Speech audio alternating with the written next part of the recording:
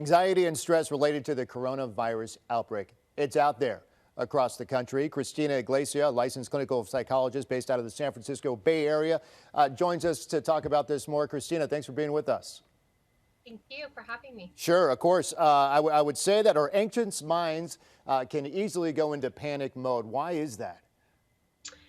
I think that whenever we see a health crisis such as the coronavirus, we start to notice our own anxieties around health and safety. And so, even if we don't struggle with anxiety on a day to day basis, once we hear that there's a threat to ourselves, our fight or flight mode comes into full effect and we start to panic.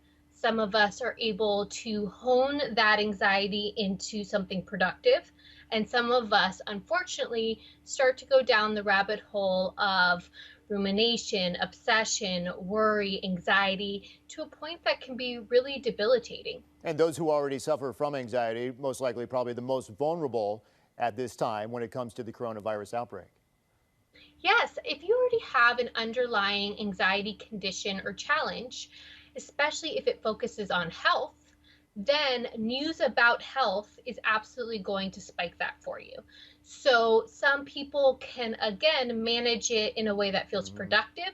But unfortunately, if we start to sense that we're becoming overwhelmed, stressed, anxious, we can also go to an unhelpful way where we start to isolate, think about worst case scenarios, spend hours looking at the news, and really limit our ability to navigate life on a day-to-day basis and instead go into panic mode. I mean, not even just watching television or a website. I mean, with our phones, I feel like we have it all the time. So if I'm someone who does suffer from anxiety, is it as simple as just putting it down and avoiding it?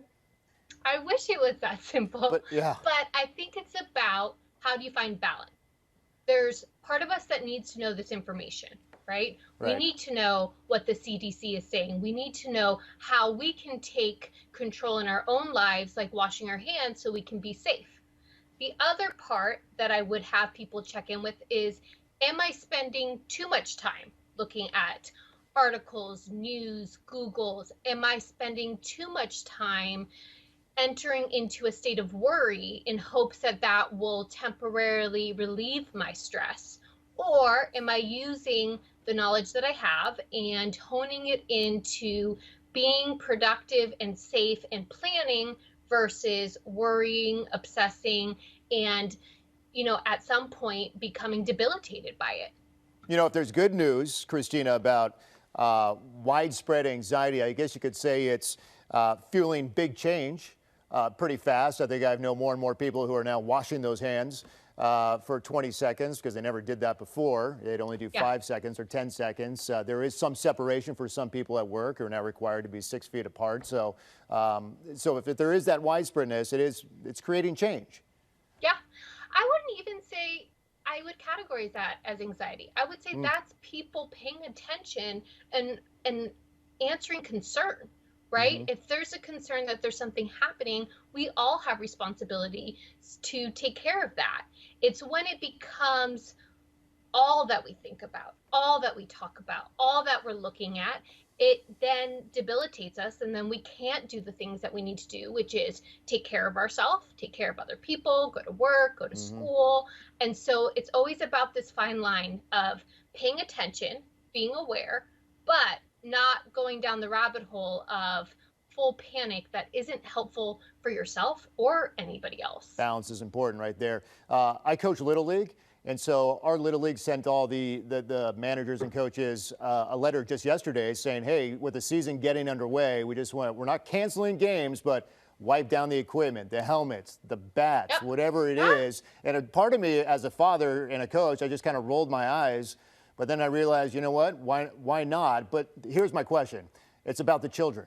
So It they're is. going to look at me at practice tonight. They're going to go, what in the world are you doing? And why are you doing that? How should I approach, because I don't know children, I don't know if there's a child who suffers from anxiety on my team. It's not none of my business, really. How do I approach it with children? How should parents approach this with children? Because even my own children have seen it on the television at home, the coronavirus, they've asked questions, and I don't know quite yet what to say to them.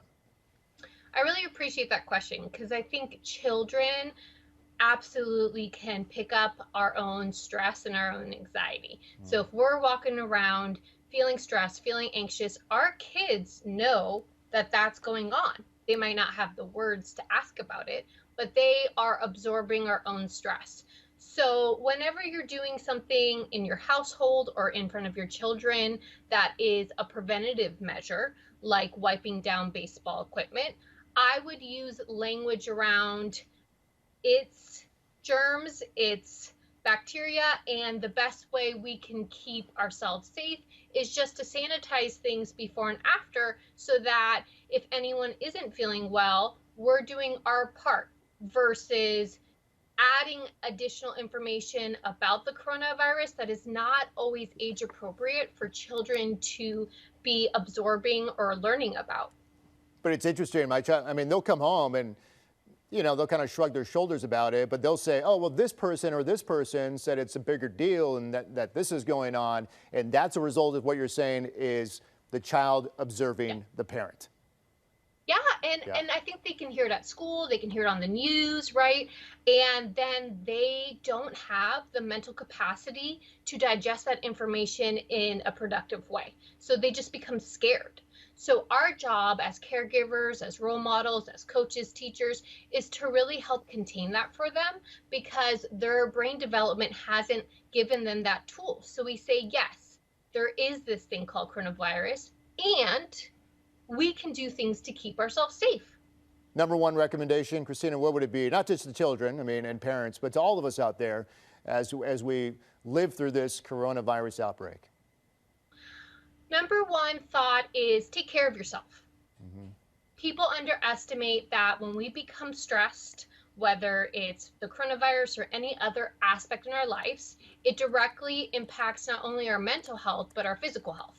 So if we are spending time worrying, stressing, ruminating, obsessing, we are also doing a disservice to our overall physical self and our immune system. We're not sleeping enough, we're not eating well enough, we're not, being out in the world. So take care of yourself during this because at the end of the day, we will navigate this health crisis and you want to be able to know that in the future you have tools to get through things that are scary and that are overwhelming and that you can take care of yourself during it.